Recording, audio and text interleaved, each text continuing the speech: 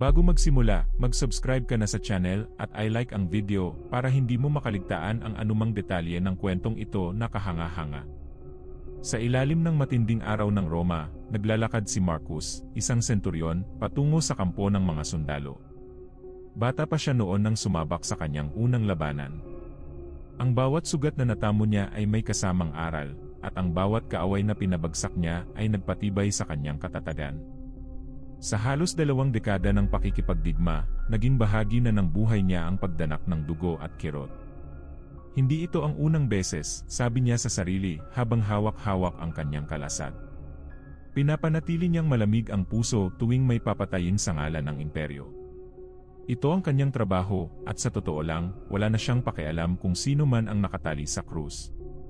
Para sa kanya, isa lang itong ordinaryong araw. Habang papunta siya sa lugar ng eksklusyon, nakita niya si Julius, isang kasama niyang sundalo na matagal nang nasa kanyang ilalim. Marcus, napansin mo bang kakaiba ang mga tao ngayon? Tila masyadong marami ang nagtipon sa paligid, tanong ni Julius, tumitingin sa mga pulutong na umaaligid sa mga lansangan. Isa lang itong pangkaraniwang araw, Julius, sagot ni Marcus nang walang pakialam. Ang tanging mahalaga ay gawin natin ang ating trabaho. Walang silbi ang pakiramdam dito. Ngunit kahit paano, nagtataka rin si Marcus kung bakit tila kakaiba ang eksena. Alam niyang maraming beses na silang nag-crucify ng mga kriminal, ngunit may ibang aura ang araw na iyon, parang may hangin ng tensyon sa paligid. Pagdating sa Golgotha, nakita na niya ang eksena, 3 krus ang nakahanda, at sa gitna, naroon ang isang lalaking tinatawag nilang Jesus. Wala siyang ideya kung sino ang taong ito, pero narinig niya ang bulong-bulungan mula sa mga tao. Isa raw itong propeta. Sinabi ng ilan na siya ay nagpagaling ng mga may sakit, nagbigay buhay sa mga patay, at nagpakain ng libo-libo. Pero para kay Marcus, isa lang itong kwento. Hindi ito magtatagal, bulong niya sa sarili. Wala namang espesyal dito. Habang isinasagawa ang pag-crucify, hindi makalabas si Marcus sa kanyang ulo. Sanay na siya sa ganitong mga eksena, ngunit napansin niyang walang pagtutol mula kay Jesus. Tahimik siyang pinagmasdan ni Marcus, sinusuri ang kanyang mga galaw. Sa bawat palo ng latigo, sa bawat insultong ipinukol sa kanya ng mga tao, nanatiling tahimik si Jesus. Marcus, bulong ni Julius, hindi ba kakaiba ang lalaking ito? Ang tahimik niya. Karaniwang nagmumura ang mga kriminal o kaya'y nagmamakaawa. Tumango si Marcus, hindi maitatangging may kakaibang nangyayari. Hindi niya lubos maintindihan kung bakit nararamdaman niyang may bigat ang bawat sandali. Bigla niyang naramdaman ang isang malamig na hangin.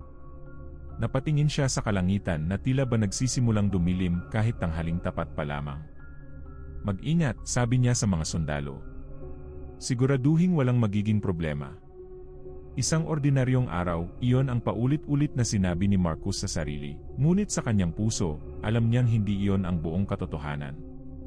Pagpasok ng hapon, lalong dumami ang mga taong nagtipon sa paligid ng lugar ng pagpapako sa krus. Ang bawat isa ay tila sabik makita ang nangyayari. Habang abala ang karamihan sa pagbulong-bulong at paghihintay, tahimik namang nagmamasid si Marcus mula sa di kalayuan. Para sa kanya, walang bago sa ganitong eksena, mga taong naghahanap ng aliw mula sa kamatayan ng iba. Isang araw na muli niyang sisiguruhin ang kaayusan. Marcus, siguradong matatapos ito bago magdilim, sabi ni Julius, sabay punit ng tinapay mula sa kanyang baon. Wala namang problema. Wala namang pagtutol mula sa mga ipapako. Huwag kang kampante, malamig na sagot ni Marcus. Kahit kailan, hindi mo masasabing tapos na ang isang trabaho hanggang hindi talaga natatapos. Inikot ni Marcus ang kanyang paningin sa mga sundalong kasama niya. Nakita niyang abala ang ilan sa paghahanda ng mga pako at martilyo. Narinig din niya ang mga tawanan ng ilan, tila natutuwa pa sa napipintong kamatayan ng 3 kriminal. Para sa kanila, isa itong libangan, isang pagkakataon para ipakita ang kapangyarihan ng Roma. Ngunit hindi maiwasan ni Marcus na mapansin ang kalmadong mukha ni Jesus. Nakatalina ang mga kamay nito, naghihintay na ipako sa krus. Tila walang takot o galit na makikita sa kanyang mga mata. Kabaligtaran ito sa mga kriminal na dati na niyang nakita, karaniwan, nagsisigawan ang mga iyon, nagmamakaawa sa kanilang mga huling sandali. Subalit si Jesus ni hindi man lang gumalaw. Napatitig si Marcus. Para bang may kakaibang kapayapaan sa lalaking ito na hindi niya maintindihan. Ano kaya ang bumabalot sa kanyang isipan? Bakit hindi siya sumisigaw ng hustisya o kahit galit sa kanyang mga api? Habang nagpapakuna ng mga sundalo sa krus, narinig niya ang sigawan ng mga tao. Iligtas mo ang sarili mo, sigaw ng isang lalaki mula sa likuran ng pulutong. Kung ikaw ang hari ng mga Hudyo, bumaba ka dyan. Nga! Kung ikaw ang anak ng Diyos, bakit hindi mo kami ipakitang kaya mo kaming iligtas? Dagdag pa ng isa, habang ang iba ay nagtatawanan. Sa ilalim ng init ng araw, naramdaman ni Marcus ang bigat ng mga salita. Sanay na siya sa galit at kahinaan ng mga nasasakdal, pero sa pagkakataong ito, ang katahimikan ni Jesus ay nagpatuloy. Sa halip na galit, naramdaman niyang tila may malalim na kahulugan sa kanyang hindi paglaban. Ang mga insulto, mga latay, mga hirap, lahat ay tinatanggap niya ng walang pag-aalinlangan. Hindi normal ang taong ito, bulong ni Marcus sa sarili, habang nakatayo sa gilid, tinitingnan ang mga pako na unti-unting binabaon sa mga kamay ni Jesus. Bawat hampas ng martilyo ay parang bumabaon din sa kanyang puso. Ngunit pinilit ni Marcus na ibalik ang kanyang atensyon sa kanyang tungkulin. Hindi siya maaaring magpadala sa damdamin.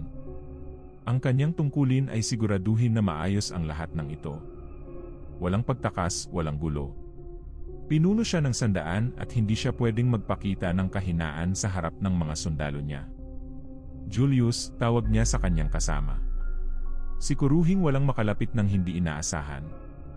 Hindi ko gustong magkaroon ng kaguluhan dito. Ngumiti si Julius. Marcus, nag-aalala ka ng sobra. Wala namang lalapit dito. Sila'y takot sa atin. Ngunit kahit natatawa si Julius, may kaba rin sa kanyang tinig. Marahil, nararamdaman din niya ang kakaibang tensyon sa hangin. Habang nakatayo si Marcus, naramdaman niyang parang may nagbabadyang hindi niya maipaliwanag. Hindi ito ang tipikal na eksena ng pagpapako na dati niyang nasaksihan. Sa likod ng mga sigawan, may nararamdaman siyang panginilabot sa paligid. Parang hindi basta tao lamang ang nakapako sa krus sa harapan niya. Hindi niya maialis sa isip ang mga kwento ng propeta na ito, ang mga bulong-bulungan tungkol sa kanyang mga himala, at ang pag-aangkin niyang anak siya ng Diyos. Mga bagay na dati hindi binigyan ni Marcus ng pansin, ngayon ay tila unti-unting humahaplos sa kanyang isipan. Magtatapos din ito, bulong niya sa sarili, pilit na binabaliwala ang bumabalot na pagkabagabag sa kanyang dibdib. Nagsimula nang magtipo ng ulap sa kalangitan. Parang may bigat na bumabalot sa buong lugar, ngunit hindi ito maintindihan ng karamihan. Tumayo si Marcus, patuloy na pinagmamasdan si Jesus na nakabayubay sa krus. Ang paligid ay puno ng ingay, sigawan, tawanan, at mga insulto, ngunit ang senturyon, sa kanyang kaloob-looban, ay nagsimulang makaramdam ng isang kakaibang katahimikan. Habang binabantayan ng eksena, patuloy niyang iniisip ang mga nakita niya mula kay Jesus. Ang kanyang kapanatagan ay hindi katulad ng mga nakaraang nasaksihan ni Marcus. Kahit pa noong iniwan siya ng ilan sa kanyang mga alagad at pinagtatawanan ng karamihan, nanatili siyang kalmado. Lumapit si Julius at tahimik na tumabi sa kanya. Napansin mo ba? Tanong ni Julius, iniiling ang ulo. Hindi siya nagre-react. Parang tanggap niya lahat ng ito. Malamang tanggap niya, sagot ni Marcus, pilit na sinasabi sa sarili na normal lamang ito. Wala naman na siyang magagawa. Wala na siyang lakas para lumaban. Ngunit kahit sa kabila ng kanyang mga salita, may bahagi sa kanya na hindi naniniwala. Isang bahagi na patuloy na nagtataka kung bakit walang alinlangan sa mga mata ni Jesus. Dapat bang ipakita ng isang tao ang ganitong uri ng lakas sa harap ng kamatayan? Dapat bang manatiling tahimik ang isang taong nasa bingit ng wakas? Sa bawat hakbang ng krus, sa bawat hamon mula sa mga nanonood, nagpatuloy si Jesus sa pagdanas ng kanyang kapalaran. Nakita ni Marcus ang bawat latay na tinamo niya, ang dugo na bumabagsak sa lupa, ngunit hindi iyon ang pumukaw sa kanya. Ang bumago sa kanyang pag-isip ay ang tahimik na pag-amin ni Jesus sa kanyang kapalaran. Ang kanyang mga mata, malinaw, matatag, parang nagsasabi ng isang kwentong hindi niya kailanman narinig. Kung siya ang anak ng Diyos, bakit hindi siya bumaba? Bulong ng isa sa mga nanonood. Sabihin mo sa amin, propeta. Iligtas mo ang iyong sarili. Sa halip na sumagot, nanatiling tahimik si Jesus. Naramdaman ni Marcus ang lamig ng hangin habang iniisip ang mga salitang binitiwan ng mga tao. Parang may isang misteryo sa katahimikan na yon, parang mayroong mas malalim na dahilan kung bakit hindi siya nagmamadali na tumugon. Ilang sandali ang lumipas at naramdaman ni Marcus na hindi niya maalis ang mga mata mula sa krus. Sa tuwing tititigan niya si Jesus, parang may bumabalik sa kanyang alaala, ang mga sugat mula sa digmaan, ang mga pighati ng mga nasawing kasama, at ang mga walang pag-asang sigaw ng mga kalaban. Pero ngayon, sa unang pagkakataon, napaisip siya kung ano ang tunay na kahulugan ng lakas. Marcus, sabi ni Julius, ngayon ay mas tahimik na, alam mo bang sinasabi ng ilan na siya ay gumagawa ng mga himala? Sinasabi nila yan, sagot ni Marcus. Pero wala akong nakitang ebidensya. Ngunit kahit sa kanyang sinabing iyon, sa kanyang puso, nagsisimula ng magduda si Marcus. Paano kung totoo?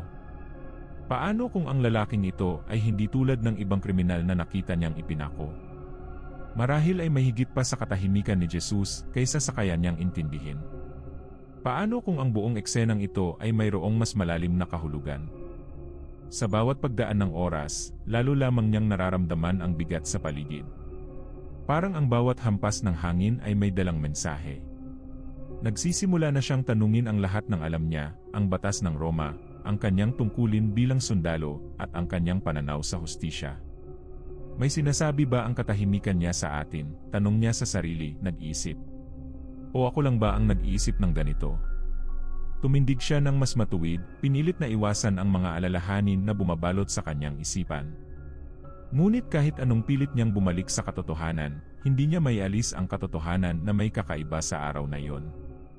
Hindi ito ang huling makikita natin dito, bulong niya, parang may nararamdaman na siyang mas malalim na pagbabago sa paligid. Biglang bumagsak ang ulan, tila ba ipinapaalam sa lahat na ang kalangitan ay umiiyak kasama ni Jesus. Sa gitna ng ulan at sigawan ng mga tao, naramdaman ni Marcus ang isang paghila sa kanyang kalooban, isang paghila na hindi niya maintindihan, pero hindi niya kayang baliwalain. Ang kalangitan ay patuloy na nagdilim habang tumatagal ang paghihirap ni Jesus sa krus. Ang mga sundalo, kasama si Marcus, ay hindi na mapakali. May kakaibang tensyon na bumabalot sa paligid, isang damdaming hindi nila maipaliwanag. Sa gitna ng kanilang pag-aalangan, narinig ni Marcus ang mga boses ng mga leader ng relihiyon na patuloy na nanunukso kay Jesus. Kung ikaw ang Mesyas, bumaba ka sa krus at iligtas mo ang sarili mo, sigaw ng isa.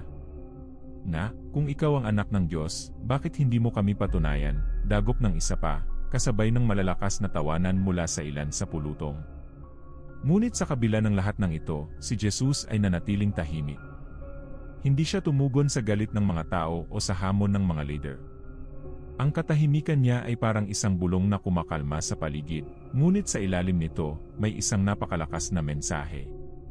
Si Marcus, na noon ay kanina patahimik na nagmamasid, ay nagulat nang biglang marinig ang mga salitang lumabas sa bibig ni Jesus. Sa gitna ng kanyang pagdurusa, nagdasal siya. Ama, patawarin mo sila sapagkat hindi nila nalalaman ang kanilang ginagawa. Ang mga salita ay tumagos kay Marcus, para bang binasag nito ang pader ng pagiging walang malasakit na kanyang itinayo sa loob ng maraming taon bilang sundalo. Patawarin sila. Patawarin ang mga taong ito na nagtutulak sa kanyang kamatayan. Patawarin pati na rin ang mga sundalo, kasama siya mismo, na nagpapako sa kanya sa krus. Hindi niya maunawaan kung paanong ang isang tao, nasa gitna ng matinding kirot, ay makakaya pang mag-isip ng kapatawaran. Napatitig si Marcus kay Jesus, at ang kanyang puso ay nagsimulang mapuno ng mga tanong. Bakit hindi siya nagalit? Bakit hindi siya sumigaw ng paghingi ng hustisya? Lahat ng nasaksihan ni Marcus, mula sa katahimikan ni Jesus hanggang sa kanyang huling mga salita, ay parang gumugulo sa kanyang isipan. Hindi ito tugma sa lahat ng kanyang nakikita sa mga nasasakdal na pinapatay sa ngalan ng imperyo. Ang mga kriminal na pinarusahan niya noon ay nagmumura, nagsusumpa, o nagmamakaawa, pero si Jesus, iba siya. Narinig mo ba yon? Bulong ni Julius kay Marcus, habang parehong nakatitig sa kanilang nakapako. Sinasabi niya bang patawarin ang mga taong pumatay sa kanya? Tumango si Marcus, pero hindi siya sumagot. May bumabagabag sa kanya na hindi niya palubos na maintindihan. Parang ang simpleng katotohanan iyon, ang kapatawaran ni Jesus, ay isang aral na kailanman ay hindi niya natutunan sa kanyang buhay bilang sundalo. Laging ang hustisya ng Roma ang nangingibabaw, ang pagsunod sa utos ng emperador at pamamahala gamit ang bakal na kamao. Ngunit ngayon, sa gitna ng pagpapahirap, si Jesus ay nagtuturo ng ibang uri ng lakas. Isang lakas na hindi nakukuha sa armas o kapangyarihan, kundi sa kapatawaran at pagmamahal. Mabaliw na yata ako, bulong ni Marcus sa sarili, pinilit na iwaksi ang pag-isip na yon. Isa lang siyang tao. Ngunit kahit paanong pilit niyang iwaksi ang nararamdaman, mas lumalalim ang impluensya ni Jesus sa kanyang isipan. Habang patuloy ang krusipiksyon, naramdaman ni Marcus na parang mas tumitindi ang tensyon sa paligid. Ang araw ay lalo pang dumilim na para bang nawawala na ang liwanag. Tila ang kalikasan mismo ay tumutugon sa nangyayari. Sa kanyang puso, nag-umpisang lumitaw ang takot. Hindi siya isang taong mabilis magpadala sa emosyon, ngunit ang araw na ito ay tila puno ng mga bagay na hindi niya mapaliwanag. Marcus, sabi ni Julius na noon ay nakaramdam din ng kakaiba, ano kaya ang nangyayari? Bakit parang bumabagsak ang mundo? Manatili ka lang dito, sagot ni Marcus, sinusubukang ipakita ang kanyang lakas bilang leader, pero sa loob niya, may bahagi na naguguluhan. Hindi lang ang kalikasan ang gumagawa ng mga kakaibang bagay, pati ang kanyang sariling isipan ay puno na ng mga tanong. Nang bumagsak muli ang ulan, naramdaman ni Marcus na parang may bumabalot sa kanyang katawan. Hindi ito ang lamig ng ulan, ito ay parang isang bigat sa kanyang kaluluwa. Ang mga salita ni Jesus, Ama, patawarin mo sila, ay paulit-ulit na umaalingaw sa kanyang isipan. Paano mo mapapatawad ang mga taong humahamak sa iyo? Ang tanong na iyon ay parang isang susing bumubukas sa pinto ng puso ni Marcus. Sa kabila ng lahat ng kanyang nakita sa digmaan at mga krusipiksyon, ngayon lamang siya nakaramdam ng ganitong uri ng pagkalito. Habang nag-aabang siya sa mga susunod na mangyayari, nagsimula siyang maglakad palapit sa krus ni Jesus. Hindi niya alam kung bakit, pero may isang puwersa na parang humihila sa kanya. Sa kanyang bawat hakbang, ang mga boses ng mga tao ay parang nawawala sa likod ng kanyang isipan. Naramdaman niya ang bigat ng kanyang baluti, pero sa loob niya, ang mas mabigat ay ang tanong, ano ang tunay na lakas? Ano ang tunay na kapangyarihan? Pagdating sa harap ng krus, naramdaman ni Marcus ang malamig na hangin na umiihip sa kanyang balat. Tumitig siya kay Jesus, at sa kanyang mga mata, nakita niya ang pagod, ang sakit, ngunit higit sa lahat, nakita niya ang kapatawaran. Hindi ito isang kapatawaran na hinihingi ng mga nasasakdal para sa kanilang kaligtasan, kundi isang kapatawaran na ibinibigay ng walang hinihinging kapalit. Isang kapatawaran na para sa kanya, sa mga sundalong kasama niya, at sa lahat ng mga tao na nagtulak kay Jesus patungo sa kamatayan. Sa gitna ng kanyang pagninilay, isang malakas na hangin ang dumaan, at tila nagising si Marcus mula sa kanyang malalim na pag-isip. Umatras siya ng ilang hakbang mula sa krus at tahimik na umiling. Hindi, bulong niya sa sarili. Isa lang siyang tao. Ngunit sa kanyang puso, alam niyang hindi na ito ang iniisip niya. May isang bagay kay Jesus na hindi niya maitatanggi, isang bagay na nagsisimulang magpabago sa kanyang pagkatao, ngunit hindi pa niya kayang tanggapin. Habang tumatagal ang paghihirap ni Jesus, ang kalangitan ay lalo pang dumilim. Napansin ni Marcus na pati ang mga tao sa paligid, na kanina'y nagtatawanan at nagbubulungan, ay unti-unting tahimik na ngayon. Ang katahimikan na bumabalot sa paligid ay tila isang presensya na nagbabantang sumabog sa gitna ng walang kasiguraduhan. Nagpatuloy si Marcus sa pagbabantay, ngunit sa kanyang isipan, nagsimulang sumingit ang mga katanungan na hindi niya pa natutugunan. Bakit ganito ang nararamdaman ko, bulong niya sa sarili, habang patuloy niyang pinagmamasdan si Jesus na nakapako sa krus. Ang katahimikan ni Jesus, kasama ng kanyang mga huling salita, ay parang mas malalim pa kaysa sa simpleng kamatayan. Marcus, sabi ni Julius, lumapit sa kanyang tagiliran. Nararamdaman mo ba ito? Hindi ako sigurado, sagot ni Marcus, pilit na pinipilit na ipaliwanag ang nararamdaman niya. Ngunit may kakaiba talaga. Parang hindi ito isang normal na araw. Sa oras na yon, nagsimula nang magbago ang hangin. Bigla, isang malakas na dagundong ang narinig mula sa kalayuan, at nagsimulang manginig ang lupa. Napatingin si Marcus sa paligid, nakaramdam ng takot na hindi niya inaasahan. Siya, nasanay sa digmaan at dugo, ay biglang nayanig ng isang bagay na higit pa sa kanyang pisikal na lakas. Lupa. Ang lupa ay gumagalaw, sigaw ng isa sa mga sundalo, at ang mga tao sa paligid ay nagsimulang magpanik. Ang pagyanig ng lupa ay malakas, ngunit para kay Marcus, hindi iyon ang pinakamalakas na naramdaman niya.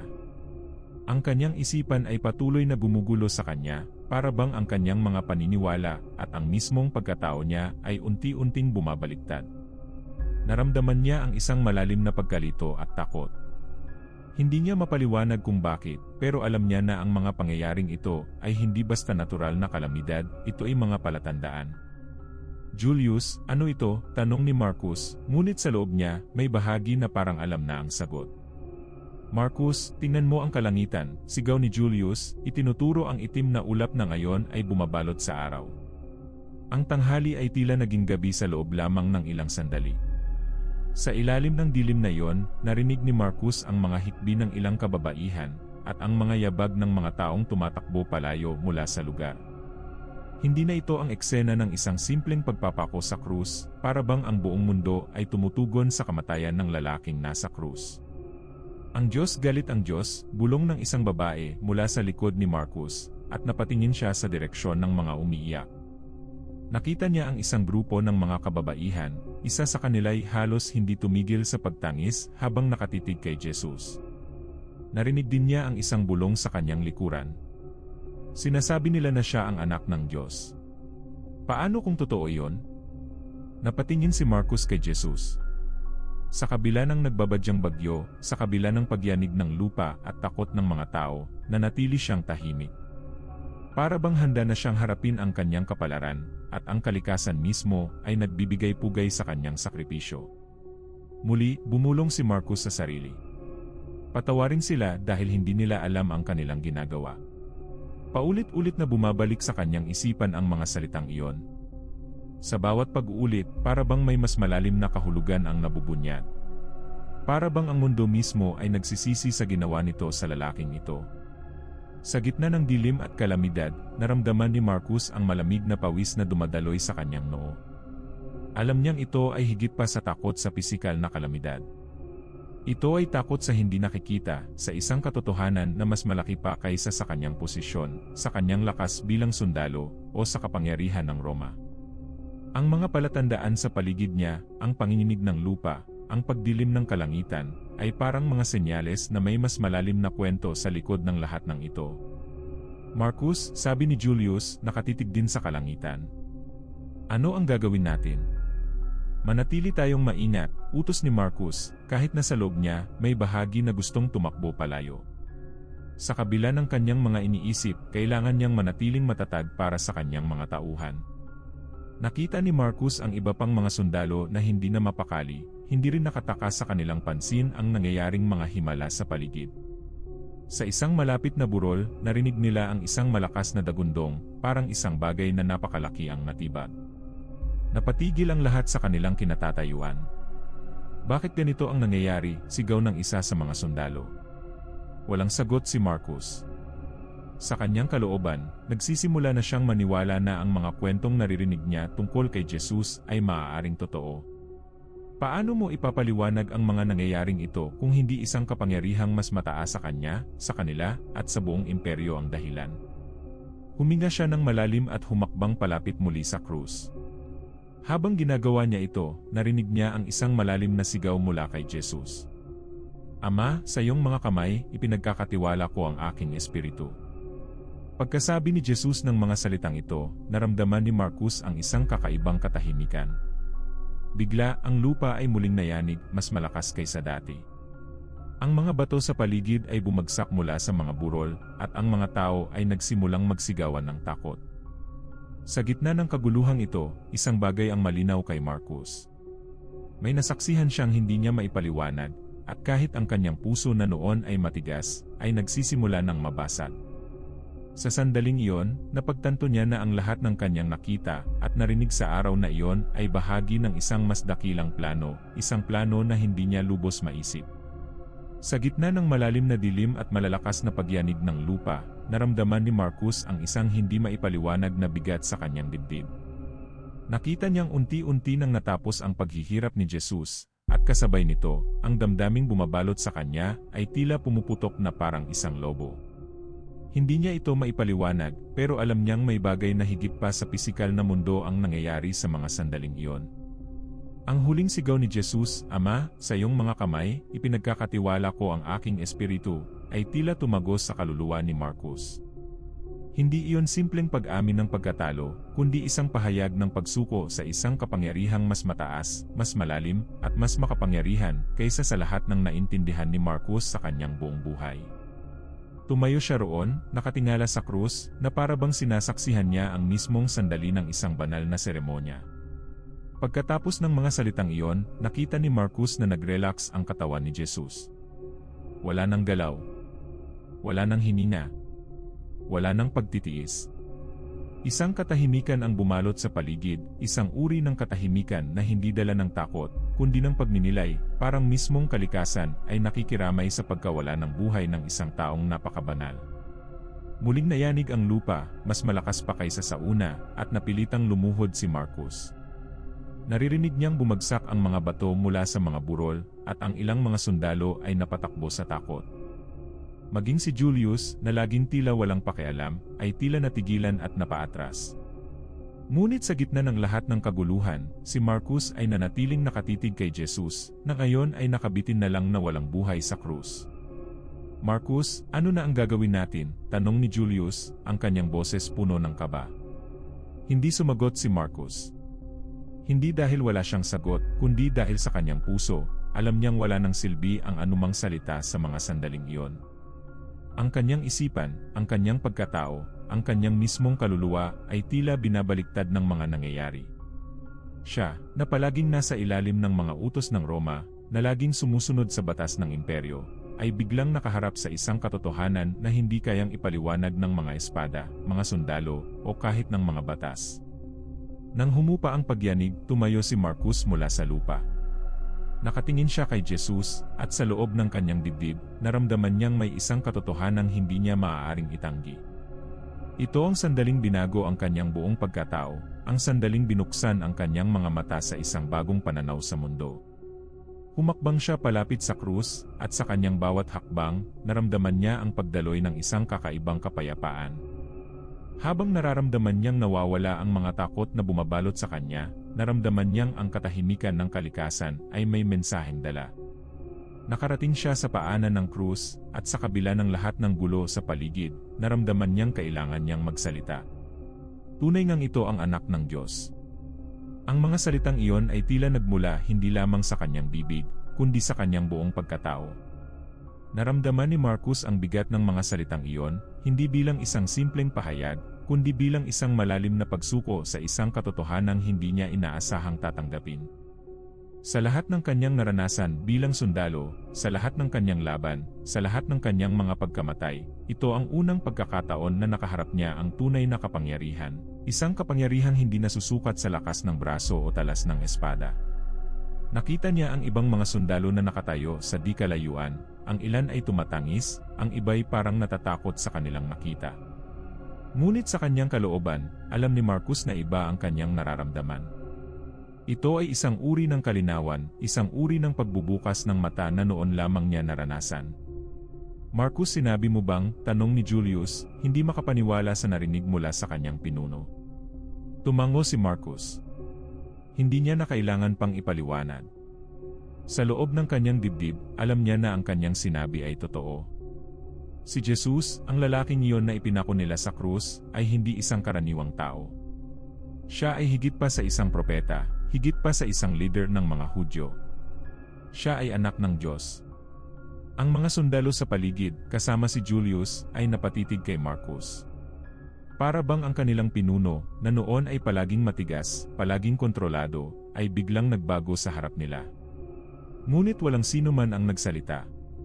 Alam nilang ang mga pangyayaring iyon ay hindi basta-basta, alam nilang lahat ay saksing may mas malalim na kahulugan ang araw na iyon. Habang papalubog ang araw at ang dilim ng gabi ay nagsimulang bumalot sa Golgota, iniwan na ng ilan ang lugar. Ang mga babae, kasama ang ina ni Jesus, ay tahimik na humihikbi sa di kalayuan. Ang mga disipulo, takot at nagtatago, ay hindi na makita. Si Marcus at ang mga sundalo ay naiwan pa rin sa lugar, tila hindi alam kung ano ang susunod na gagawin. Sa gitna ng katahimikan, lumapit ang isang lalaking kilala ni Marcus bilang si Jose ng Arimatea, isang mayamang Hudyo na miyembro ng Sanhedrin. Lumapit siya kay Pilato at hiningi ang katawan ni Jesus para sa paglibing. Naglakad si Marcus palapit sa kanila, naririnig ang kanilang pag-uusap. Bigyan mo siya ng pahintulot, sabi ni Pilato, na tila wala na ring balak na makialam sa mga sumunod na mangyayari. Kasabay ng paglabas ng utos ni Pilato, humakbang si Marcus palapit kay Jose ng Arimatea. Ako na ang bahala sa katawan niya, sabi ni Marcus, ang kanyang boses puno ng panginginig. Ako ang magsisiguro na maayos siyang maililibing. Nagulat si Jose, ngunit tahimik na tumango. Alam niyang walang halong kalituhan ang mga salita ni Marcus, ito ay mula sa isang sundalo ngayon, ay bumigay sa katotohanang hindi lamang nila pinatay ang isang inosenteng tao, kundi ang anak ng Diyos mismo. Sa pagkakatong iyon, sa ilalim ng malamlam na ilaw ng nalalabing araw, tumulong si Marcus sa pagbaba sa katawan ni Jesus mula sa krus.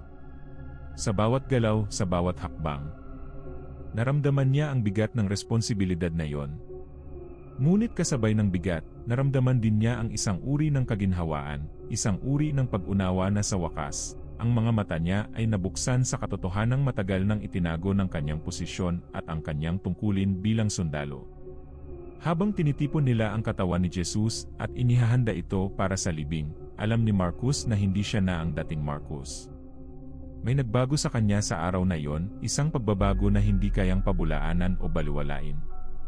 Kinabukasan, habang ang mundo ay unti-unting bumabalik sa normalidad, si Marcus ay nanatiling tahimik, nalulunod sa kanyang mga iniisip.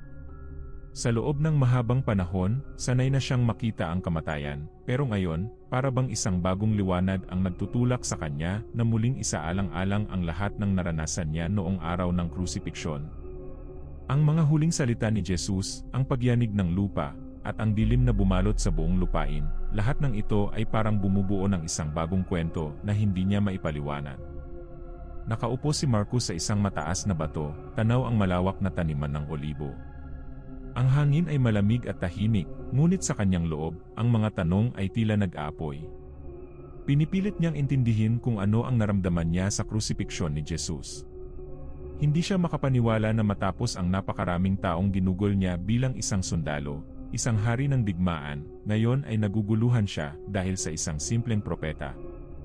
Habang siya'y tahimik na nagmumuni-muni, lumapit si Julius, dala ang isang maliit na banga ng alak.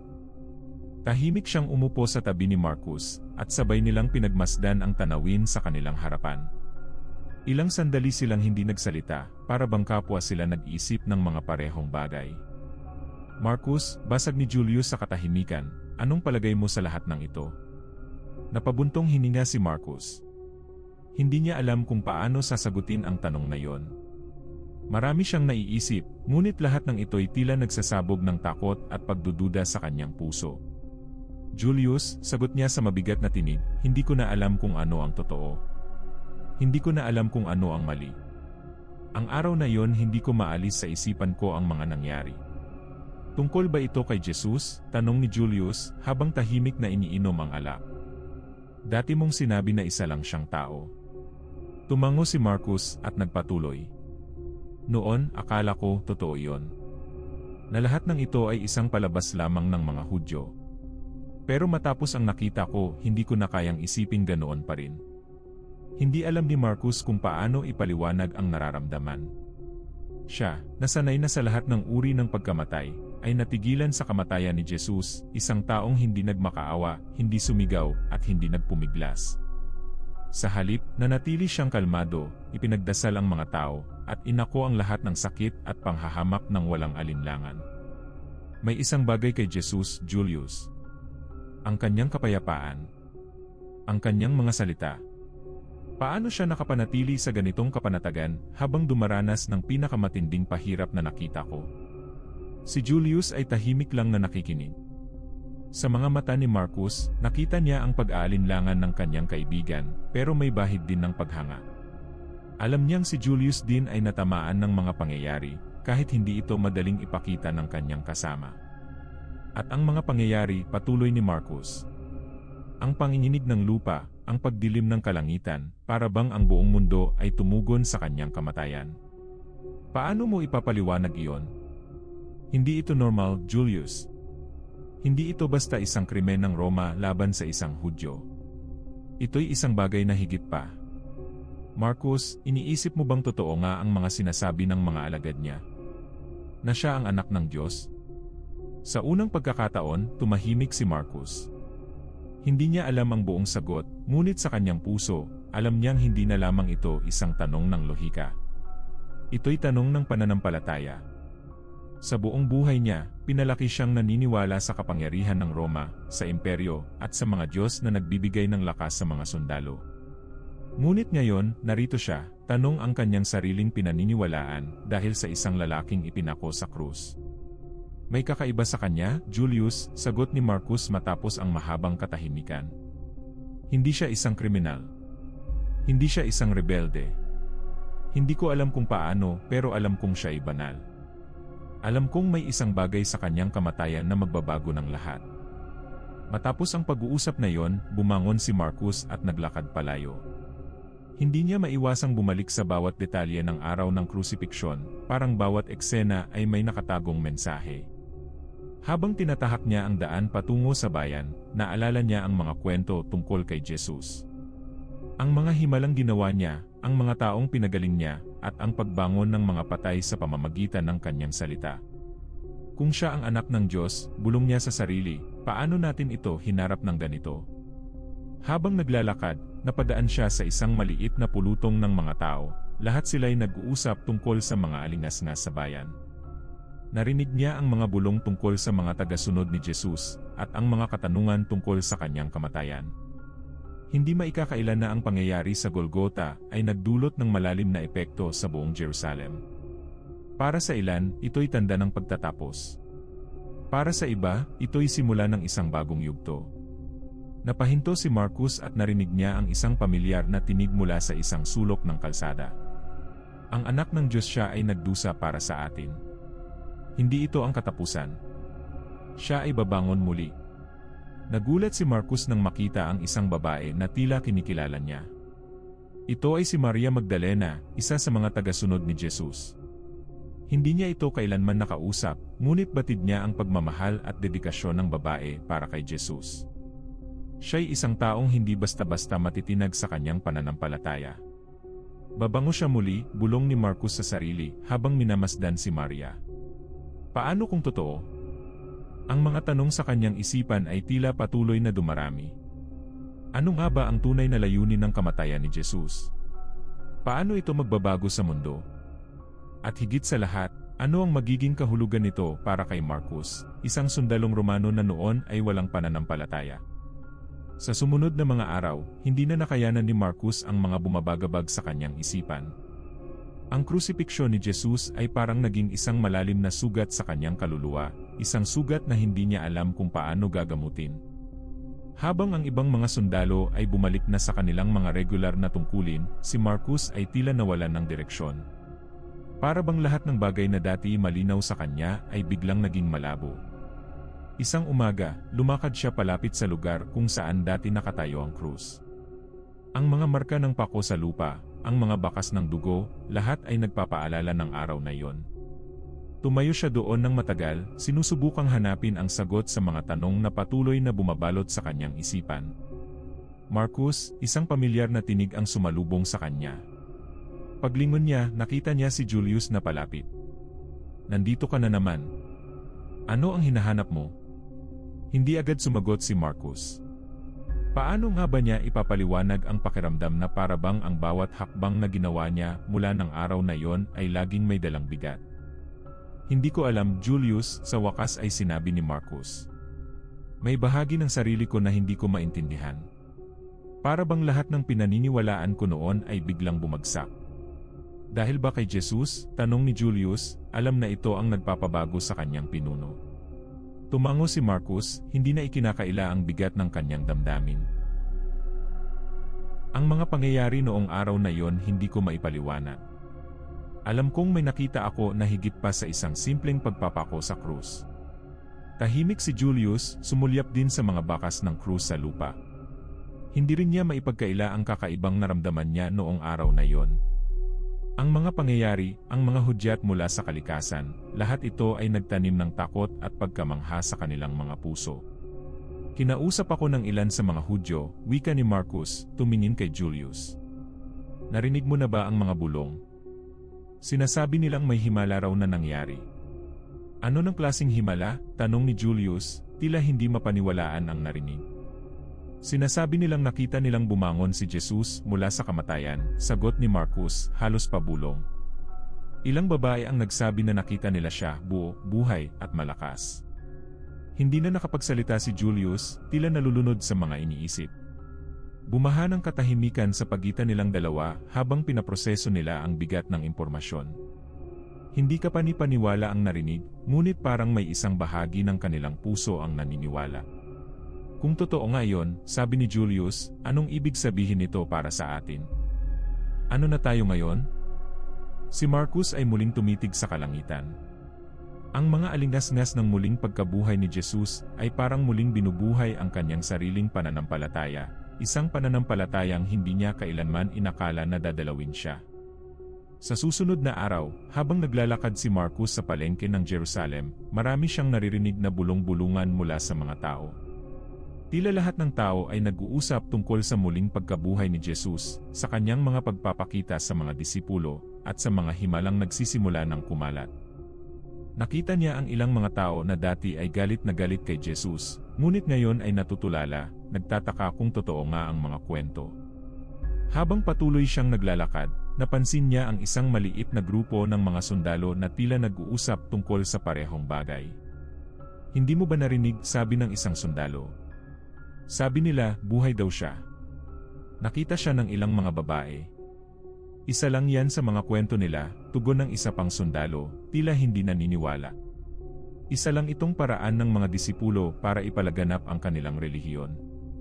Wala nang iba. Ngunit napansin ni Marcus na ang kanilang mga boses ay hindi kasing kumpiyansa tulad ng dati. Parang kahit sila, sa kaibuturan ng kanilang mga puso, ay tinatamaan ng pag-aalinlangan.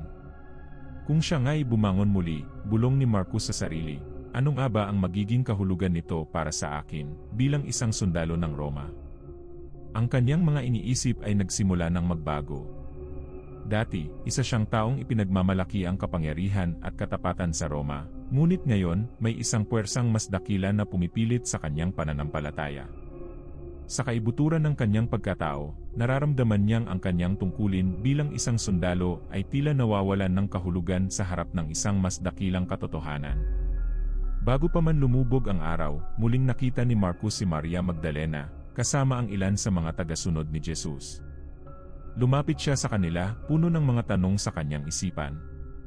Ano ang mga nakita ninyo? Tanong ni Marcus, sa boses na puno ng pag-aalinlangan, ngunit may bahid ng pag-asa. Totoo bang nakita ninyo siyang bumangon? Si Maria Magdalena, na nooy tahimik, ay tumingin kay Marcus ng may kumpiyansa at kasiguraduhan. Nakita namin siya. Buhay siya. Nasa harap ko siya, at wala akong alinlangan na siya nga ang ating Panginoon. Ang bawat salita ni Maria ay parang tila isang saksak sa puso ni Marcus, hindi sa sakit, kundi sa gulat at pagkagising. Habang pinapakinggan niya ang mga tagasunod ni Jesus, naramdaman niyang may bahagi ng kanyang sarili na nagiging malambot, parang isang bato na unti-unting gumuguho. Kung siya nga'y bumangon mula sa kamatayan, bulong ni Marcus, mayroon pa bang mas dakila sa kanyang kapangyarihan?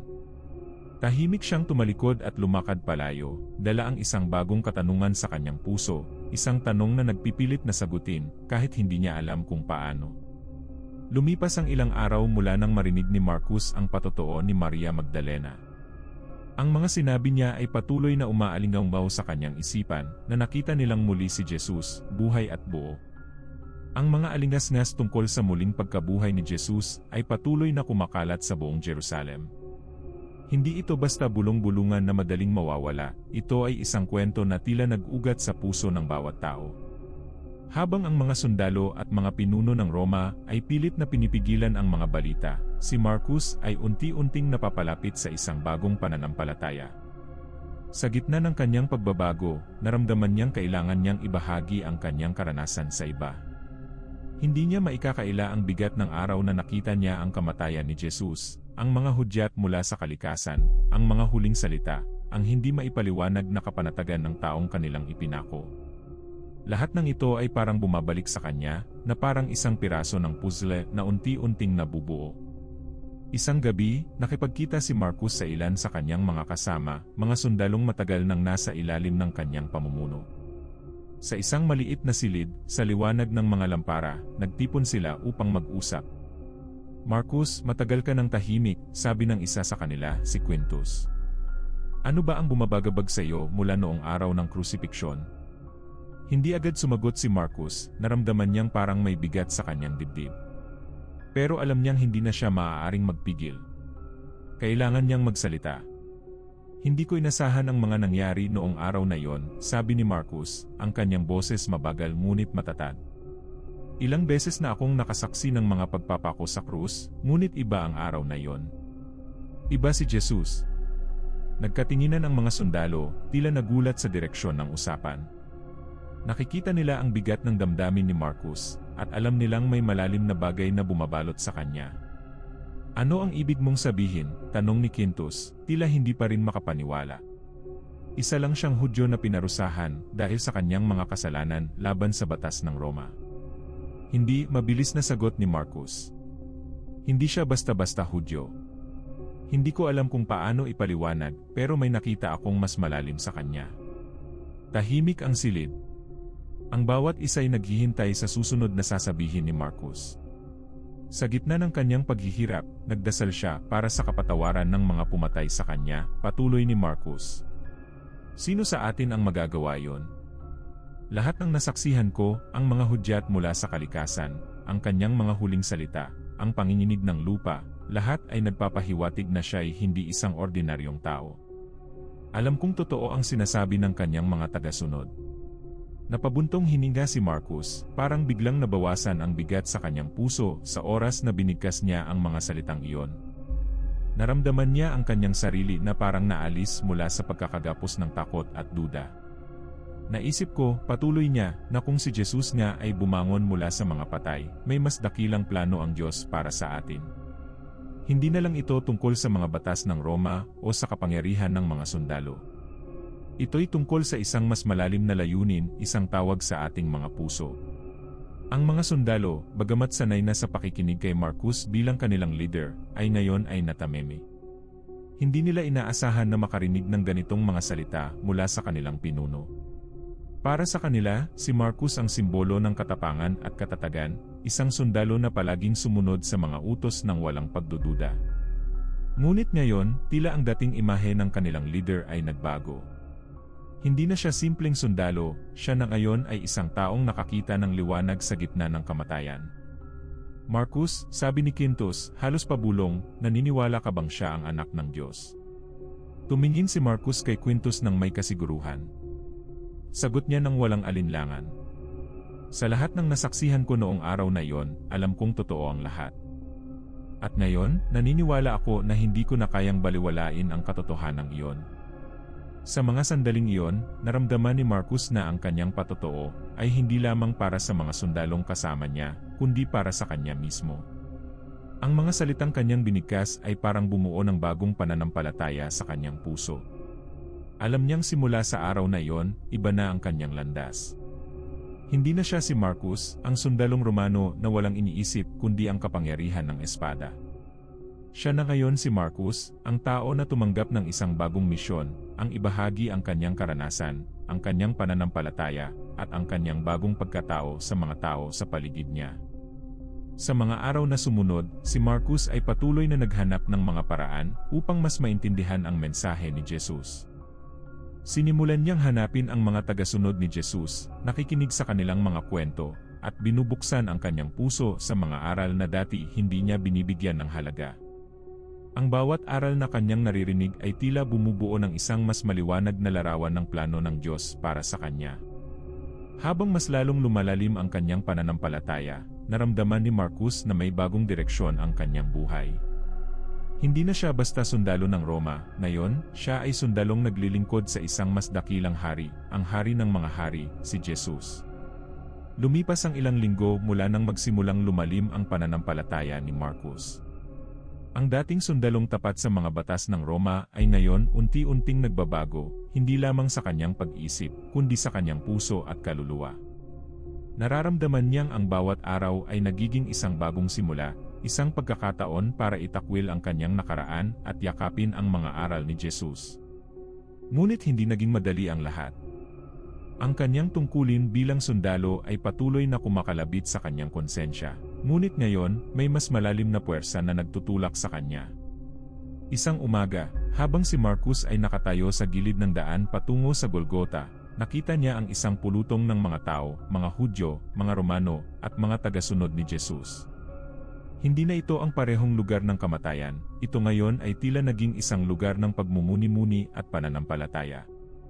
Sa bawat araw, parami ang mga taong pumupunta roon upang alalahanin ang sakripisyo ni Jesus. Habang naglalakad siya sa gitna ng mga tao, naramdaman niya ang isang kakaibang kapayapaan na bumabalot sa kanya. Hindi na siya ang Marcos na puno ng galit at takot, siya ngayon ay isang bagong tao, puno ng pag-asa at pananampalataya. Marcos, isang pamilyar na boses ang tumawag sa kanya. Paglingon niya, nakita niya si Julius, ang kanyang matagal nang kasama sa hukbo. Julius, bati ni Marcos, umiti habang nilapitan ang kaibigan. Napansin niya na tila may pagbabago rin kay Julius, hindi na ito ang parehong sundalo na palaging nagsasawalang bahala sa mga pangyayari.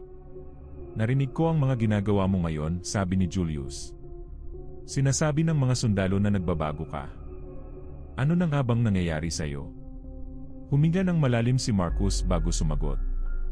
Alam niyang kailangan niyang ipaliwanag ito ng may buong katapatan. Julius, hindi ko na kayang ipagpatuloy ang dati kong buhay. Nang makita ko si Jesus sa krus, may isang bagay sa akin ang nabuksan. Hindi ko maipaliwanag ang lahat ng aking nararamdaman, pero alam ko na hindi ko na kayang baliwalain ang katotohanan na ipinakita niya. Tahimik si Julius, tila sinusubukang intindihin ang sinabi ni Marcos. Iyon ba ang dahilan kung bakit hindi ka na masyadong nakikisalamuha sa mga sundalo? Iyon ba ang dahilan kung bakit tila mas tahimik ka ngayon? Sagot ni Marcos. Mayroon akong natutunan mula kay Jesus, isang uri ng kapayapaan na hindi ko natagpuan sa mga digmaan, sa mga tagumpay ng Roma, o sa karangyaan ng pagiging sundalo. Nalaman ko na may mas mahalaga kaysa sa kapangyarihan o kaluwalhatian. Ito'y tungkol sa pag-ibig, kapatawaran, at pananampalataya. Hindi agad sumagot si Julius, ngunit nakita ni Marcos na may paggalang sa mga mata ng kanyang kasama. Hindi na siya tinutuligsa ni Julius, kundi tila pinakikinggan siya ng may bukas na isipan. Marahil, may bahagi din si Julius na nagtatanong tungkol sa kanyang sariling buhay. At ano ang gagawin mo ngayon? Tanong ni Julius, tinig na puno ng pagkausisa. Napangiti si Marcos. Hindi ko pa alam ng eksakto, Julius. Pero alam ko na hindi na ako babalik sa dati kong buhay. Hindi ko kayang ipagpatuloy ang pagiging isang sundalo na sumusunod lamang sa mga utos na wala akong pakialam. Kailangan kong maglingkod sa ibang paraan. At paano mo gagawin yon? Hahanapin ko ang mga tagasunod ni Jesus, sagot ni Marcos. Nais kong malaman pa ang mga aral niya, at nais kong ibahagi ang nakita ko noong araw ng kanyang kamatayan. Maraming tao ang nangangailangan ng liwanag na iyon. Nagulat si Julius sa sagot ni Marcos, pero hindi niya maitatangging may respeto siya sa piniling landas ng kanyang kaibigan. Iba ka na, Marcos. Hindi ka na ang dating leader na kilala ko. Siguro nga, sagot ni Marcos, pero pakiramdam ko, ngayon ko lang tunay na kilala ang sarili ko. Kinagabihan, habang nagpapahinga si Marcos sa kanyang silid, naalala niya ang lahat ng kanyang pinagdaanan mula noong araw ng krusipiksyon. Ang bawat detalye ng kanyang karanasan, ang mga salita ni Jesus, ang pagyanig ng lupa, ang panginginig ng kanyang puso, lahat ng ito ay tila naging gabay sa kanyang pagbabagong buhay. Alam niyang hindi na siya maaring bumalik sa pagiging simpleng sundalo lamang. Siya ngayon ay isang tao na may bagong misyon. Nang sumunod na araw, naglakad siya patungo sa bahay ng isang maliit na komunidad ng mga tagasunod ni Jesus. Alam niyang ito ang kanyang bagong tahanan, isang lugar kung saan ang mga tao ay naniniwala sa pag-ibig at kapatawaran, hindi sa digmaan o kapangyarihan. Pagdating niya sa pintuan, bumungad sa kanya si Maria Magdalena, na noon ay nagtuturo sa ilang tagasunod. Marcus, bati ni Maria, ang kanyang mga mata puno ng kabutihan. Salamat at bumalik ka. Ngumiti si Marcus, at sa unang pagkakataon, naramdaman niyang nahanap na niya ang kanyang lugar. Wala na ang bigat sa kanyang dibdib, wala na ang mga tanong na patuloy na bumabagabag sa kanya. Alam niya ngayon, siya ay handa nang magsimula ng isang bagong buhay, isang buhay na puno ng pananampalataya, pag-asa, at pagmamahal. Mula noon, si Marcus ay hindi na lamang naging isang sundalo. Siya ay naging isang patotoo ng kapangyarihan ng pagbabago, isang patotoo ng pagmamahal na ipinakita ni Jesus sa krus. Ang kanyang bagong misyon ay hindi lamang ang pagsunod sa mga utos ng Roma, kundi ang pagsunod sa mga utos ng puso, ang utos na magmahal, magpatawad, at maglingkod sa iba. Sa bawat araw na lumilipas, si Marcus ay patuloy na nagsalita tungkol sa kanyang karanasan. Ikinwento niya ang kanyang nasaksihan sa krusipiksyon, ang mga hudyat mula sa kalikasan, at ang kapatawarang ipinagkaloob ni Jesus.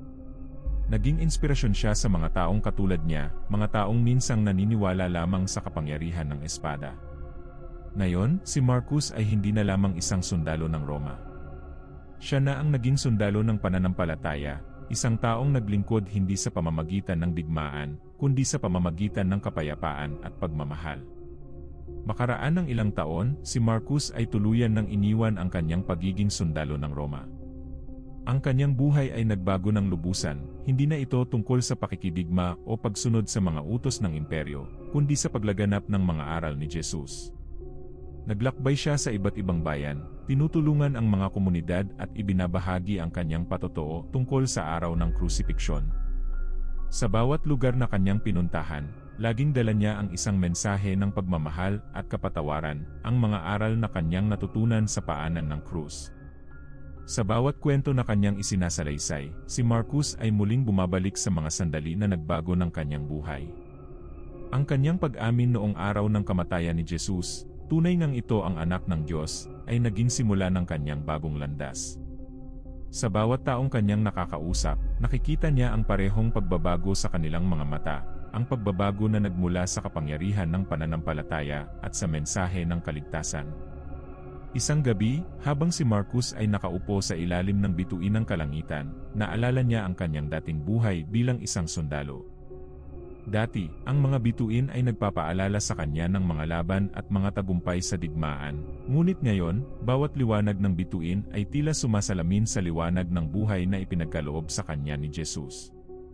Nakita niya kung gaano kalayo ang kanyang narating, mula sa isang sundalo ng imperyo hanggang sa isang tagapagdala ng pag-asa para sa iba. Kasama ni Marcus ang ilang tagasunod ni Jesus sa maliit na komunidad na kanyang natagpuan sa isang bayan malapit sa Jerusalem. Sa bawat gabi, sila'y nagtitipon upang magdasal, magbahagi ng mga kwento, at patuloy na palalimin ang kanilang pananampalataya. Hindi na isang lihim para sa mga tao na si Marcus, ang dating senturyon ng Roma, ay isa na ngayon sa mga pinakamalaking patotoo ng pagbabago na dala ng mensahe ni Jesus. Marcus, tinawag siya ng isang boses mula sa dilim. Si Maria Magdalena, kasama ang ilang mga disipulo, ay papalapit sa kanya. Ngumiti si Marcus at tinapik ang pwesto sa tabi niya. "Pakiusap, maupo ka," sabi ni Marcus, na tinanggap ang presensya ng kanyang mga bagong kasama na parang sila'y matagal ng pamilya. "Nais ka naming pasalamatan," sabi ni Maria, na upo sa tabi niya. "Ang iyong patotoo ay nagbibigay ng inspirasyon sa marami. Marami ang nakarinig ng kwento mo at nalaman ang katotohanan tungkol kay Jesus mula sa isang hindi inaasahang saksi." Tumango si Marcus, ngunit ang kanyang ngiti ay malalim na puno ng pagkumbaba. "Ako ang dapat magpasalamat. Binago ng araw na yon hindi lamang ang buhay ko, kundi ang kaluluwa ko.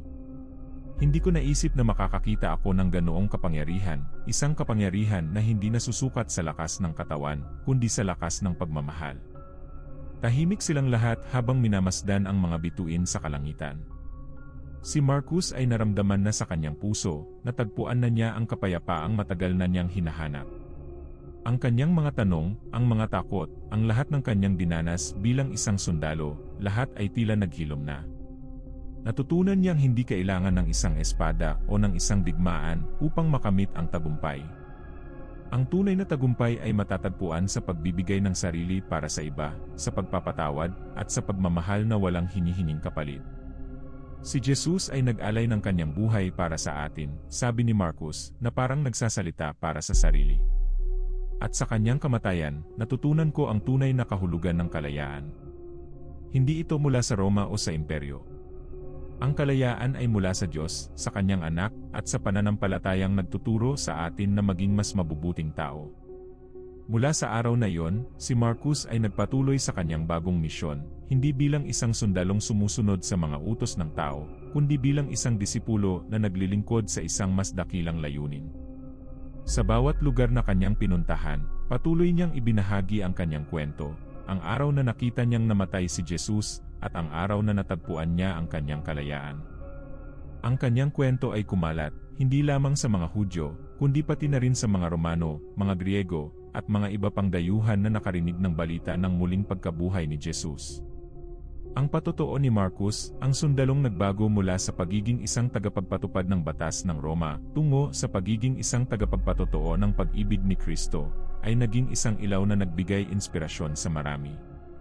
Sa kanyang huling mga taon, si Marcos ay nanatiling malapit sa mga tagasunod ni Jesus, patuloy na nagsasalita tungkol sa kanyang karanasan sa krusipiksyon at sa muling pagkabuhay.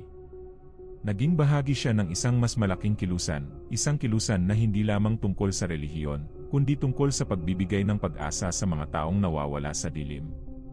At sa kanyang huling hininga, alam ni Marcos na natagpuan na niya ang tunay na kaligayahan. Alam niyang siya ay naglingkod sa isang layuning mas dakila kaysa sa sarili, at sa kanyang puso, naramdaman niyang siya ay handa na muling makasama ang Panginoon. Tunay ngang ito ang anak ng Diyos. Ang mga salitang iyon, na binitiwan niya noong araw ng krusipiksyon, ay naging huling mga salita na kanyang winika bago siya pumanaw. At sa kanyang pagpanaw, isang ngiti ang nasa kanyang mga labi, isang ngiti ng taong natagpuan ang tunay na kaligtasan.